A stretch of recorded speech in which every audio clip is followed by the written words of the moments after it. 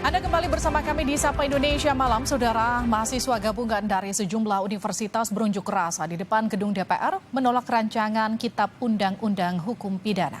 Masa meminta agar draft RKUHP dapat diakses publik agar proses pembahasannya transparan.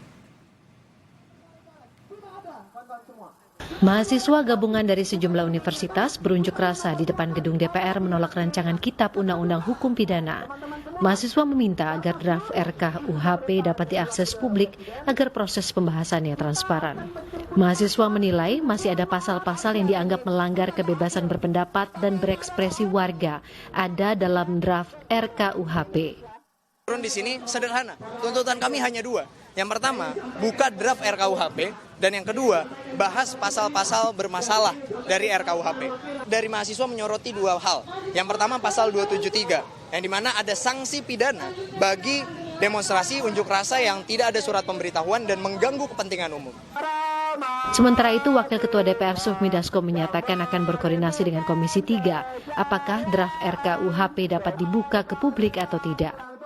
Tidak dibuka, nanti koordinasi dengan Komisi Teknis terkait Komisi 3, karena menurut saya tempo hari kan ini sudah pernah dibahas sampai dengan kemudian pengambilan keputusan tingkat 1.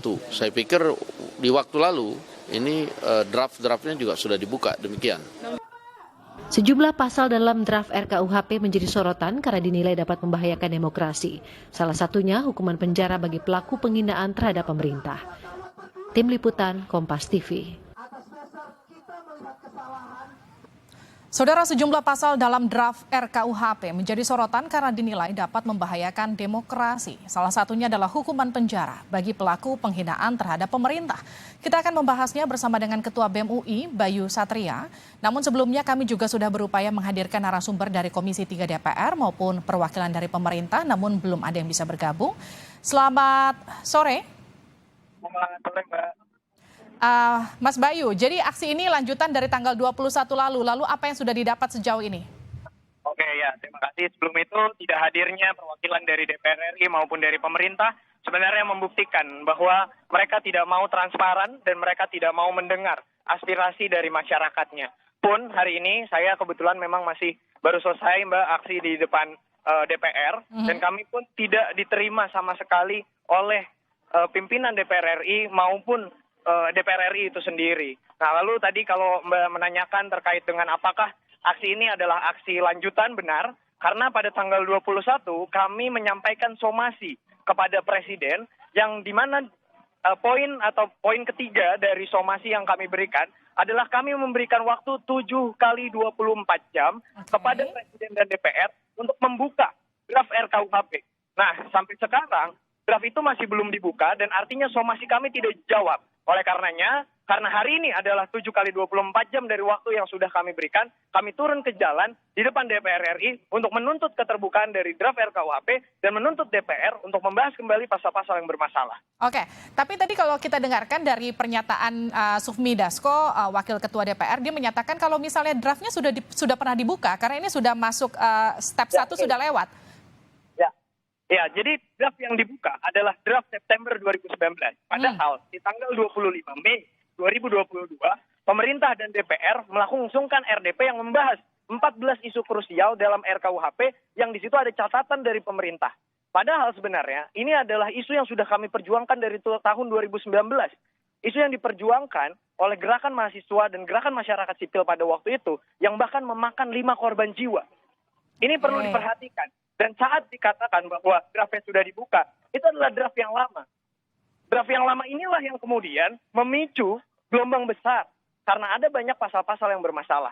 Pun di tahun 2019 kami juga sudah memberikan catatan. Ada 24 isu krusial yang ternyata yang dibahas menjadi 4 isu krusial hanyalah 14.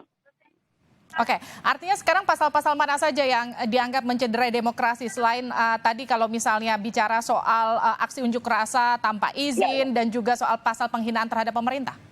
Ya, itu tentu ya. Pasal yang kami soroti di mahasiswa adalah pasal-pasal mengenai kebebasan berekspresi. Jadi pasal 273 yang ada sanksi pidana kepada demonstrasi unjuk rasa tanpa surat pemberitahuan ini jelas mencederai demokrasi kita, mengkhianati semangat reformasi kita, di mana di Undang-Undang 9 tahun 98, sanksi dari demonstrasi adalah hanya dibubarkan, bukan dipidana.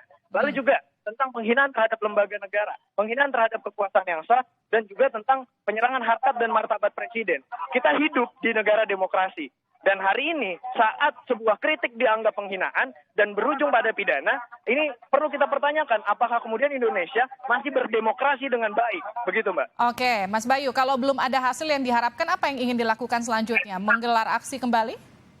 Tentu kami akan berkonsolidasi karena tajuk dari gerakan hari ini bukan hanya tentang kita bergerak hari ini, tapi tajuknya adalah Pekan Melawan.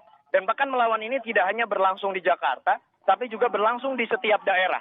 Dan di dalam satu pekan ini sampai masa reses Jokowi masa reses DPR RI, dari tanggal 27 sampai tanggal 6 Juli kami akan mengadakan Pekan Melawan yang dimana akan ada demonstrasi di setiap daerah. Bukan hanya Jakarta, tapi teman-teman Jawa Barat, Jawa Tengah, Jawa Timur, Kalimantan, Sulawesi, bahkan Papua itu sudah siap bergerak untuk berdemonstrasi menolak RKUHP bermasalah. Baik, terima kasih telah bergabung bersama kami di Sapa Indonesia Malam, Ketua BEM UI Bayu Satria.